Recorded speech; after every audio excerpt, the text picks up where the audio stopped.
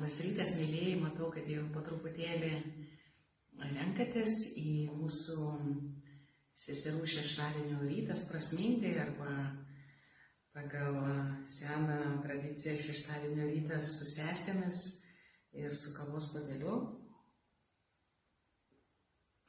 Ir kartais būna sunkus rytai, tai pas mus vienas iš jų po didelio darbymečio savaitės, intensyvios savaitės.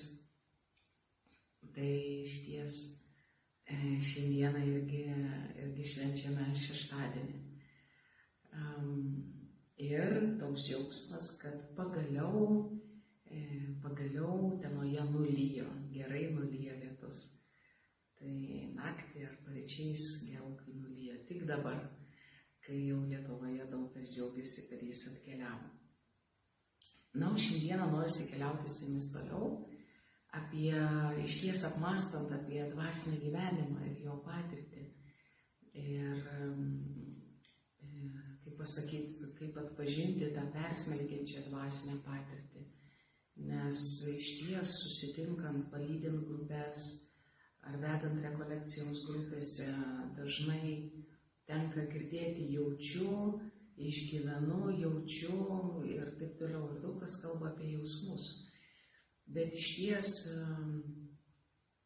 pirmumas, taip, tai yra dvasinis pasaulio veikimas, aprėpia jausmus ir daro įtaką mūsų jausmams. Bet pirmiausia ateina vidinis tikrumas, vidinė širdies patirtis, kurios nelabai gali suvokti netgi ir paaiškinti. Ir kartais tai, ko mes negalim suvokti ir paaiškinti, mes tai įvelkam į jausmų patirtį. Bet tai nėra iš esmės jausmas. Ir Dievas nėra tik jausmas, jis pranoksta jausmą. Pranoksta jausmą iki tiek, kad ateina nepaaiškinamas, neapčiuopiamas, pranokstantis mus pačius, vidinis tikrumas. Taigi, kaip tai galima būtų apibūdinti? Taigi, Dievo artumą regimų ar juntamų būdų kartais galime suvokti, bet tą regimybę mes galime išgyventi kaip neregimojo dovaną. Ir tai mes vadiname tikrą malonę. Ir kaip vienas jėzuitų teologų, geologų yra pasakęs, vėliau tapęs vyskupu, lemiamos mūsų egzistencijos akimirkos be galo pranoksta tai, ką gebame suvaldyti. Taigi Dievo veikimas, Dievo patirtis mūsų gelmėje, tai jokių būdų nėra tai, ką mes galime suvaldyti. Tai yra tam tikra jėga, tam tikras pažinimas, kuris dovanoja drąsą rinktis kitokį gyvenimo būdą, negu tą, kurį mes gyvename iki tol. Tai dovanoja drąsą rinktis kitokias vertybės, dovanoja drąsą pasukti kitų gyvenimo kelių, netgi pašaukimu, dovanoja drąsą pasirinkti moralinės vertybės kasdienybėje ir netgi savo darbe. Ir tai yra lemiamos mūsų egzistencijos akimirkos, kurios yra persmelktos malonė, Dievo malonė. Ir taip pat galėtume prisiminti vieną 8-ojo dešimtmečio liturginę giesmę, kai vargšas nieko neturi ir vis tiek dalyja, kai žmogus kenčia troškulį ir mums duoda vandens, kai silpnasis sustiprina savo brolį, pats Dievas eina su mumis kely. Taigi, pagirdyti ištroškusi, atrodytų, tai yra žmogiška patirtis. Tačiau, kai tai darantis pats kenčia troškulį ir įsisąmoninęs, kas vyksta arba to nesuvokdamas, tai ir yra malonės patirtis, abejonių nekeliantis išgyvenimas. Kad pats Dievas žingsniuoja su mumis mūsų kelionėje. Tokiais atvejais, kai atrodė, kad mūsų dosnumas jau išsekęs, dosniai pasielgti galėjome tik gavę įkvėpimą iš išorės. Arba kai mums atrodė, kad neįmanoma atleisti ir štai matome, kaip atleidžiame. Ar kai jaučiamės radikaliai vieniši ir iki kraštutinumo silpni, bet tuo pat metu pasijuntame slapta lydimi, palaikomi neregimos jėgos. Tai ir yra malonės patirtis. Mes realiai išgyvename mus pranokstančią jėgą.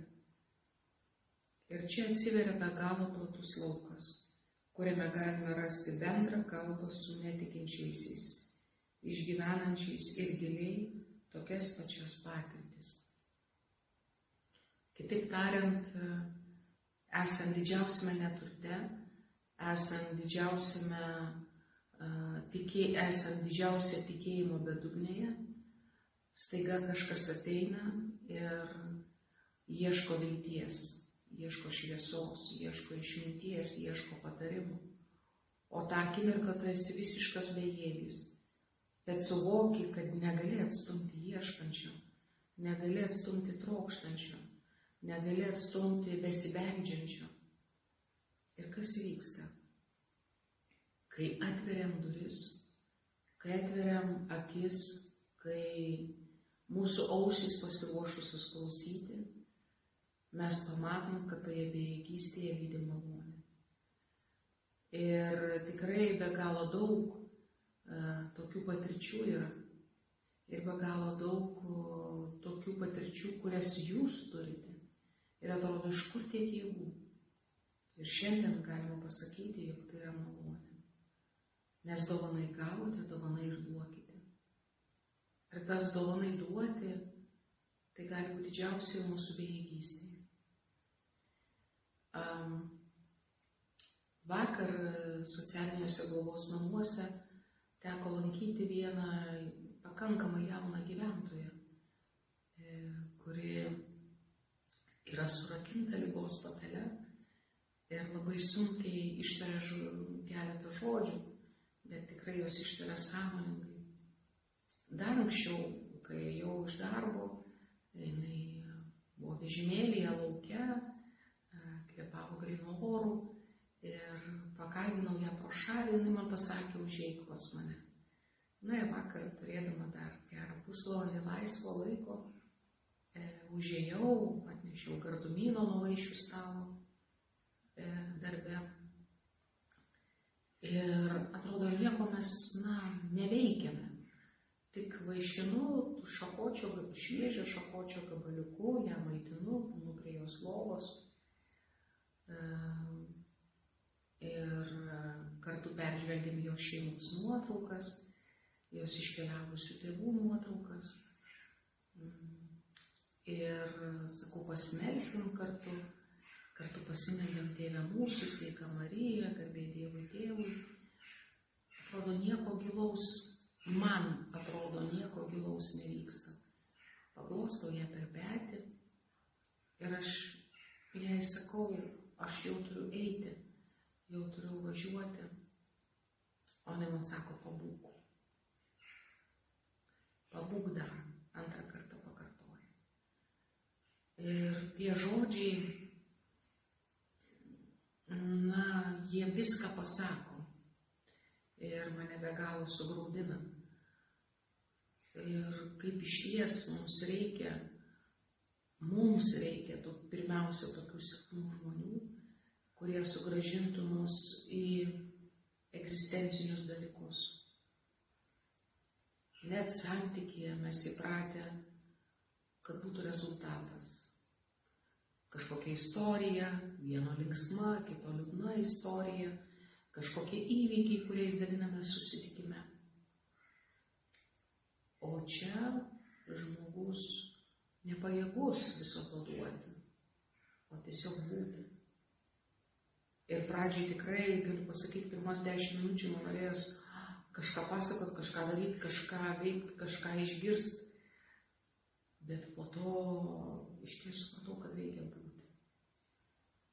Ir vat, tie žodžiai dar pabūk, man tai buvo kaip paties Kristaus žodžiai. Nepasislėpk už linksmų istorijų, visokių nuotykių, įvykių, nesiakcentuok kitose žmonėse į istorijas, įvykius, bet tiesiog būk. Ir tai yra, galiu pasakyti, gelminė patirtis, kuri persmelkia mano širdį. Tai žmogus, kuris nieko negali duoti. Tiesiog yra išoriškai nieko negali duoti, ligos patale sukaustytas. Bet ištaria esminius santykio žodžius. Esminius tarpusavio žmonių santykio žodžius ir esminius santykio su Dievu žodžius. Ir tai dažniausiai vyksta per pačius silpniausius. Tuos, kurie pasaulio akimis yra neproduktyvūs, nepatogus. Taip ir mes iš ties, kai tampame ištuštinti, kai tampame tušti arba ištalžyti pasaulio dvasios, pastebėjau, kad gimsta esminiai egzistenciniai dalykai. Kažkas mumise išsilūkštena. Tai drąsos nebėgti nuo savo tuštumos, nuo savo bejėgystės, nes ten yra malonė. Kaip ir čia kryžius, kurį mes matome, atrodo, yra naktis ir tamsa, kas atrodė apaštalams. Jie prarado mokytoją, gėdingiausią mirtimi mirusį. Bet tik Jono išbuvimas ir jo aistra nubėgti pirmam prie kapo mus paliudija, jog reikia išbūti. Reikia išbūti.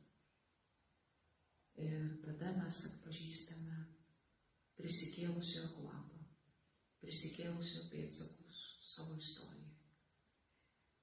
Tai pasimelsiu už jūs, kad Viešpats duotų drąsos išbūti egzistencijos tuštumoje. Viešpatie Jėzau Kristau, aš meldžiuosi už kiekvieną, kuris žiūrės šitą video, kuris sustos akimirkai ir kuris žiūri dabar, kuris yra kartu su mumis, su ryto kava. Meldžiu už kiekvieno egzistencinę tuštumą, už kiekvieno nebūtį, už kiekvieno naktį, už kiekvieno vidinę mirtį, už perdegimus, už abejonės pašaukimo kelyje ir taip pat susidurančius su egzistencinė tuštuma, bandant kažką kurti savo. Viešpatie, meldžiu už kiekvieną ir meldžiu drąsos išbūti tavo akivaizdoje su visu tuo, drąsos surasti laiko tam.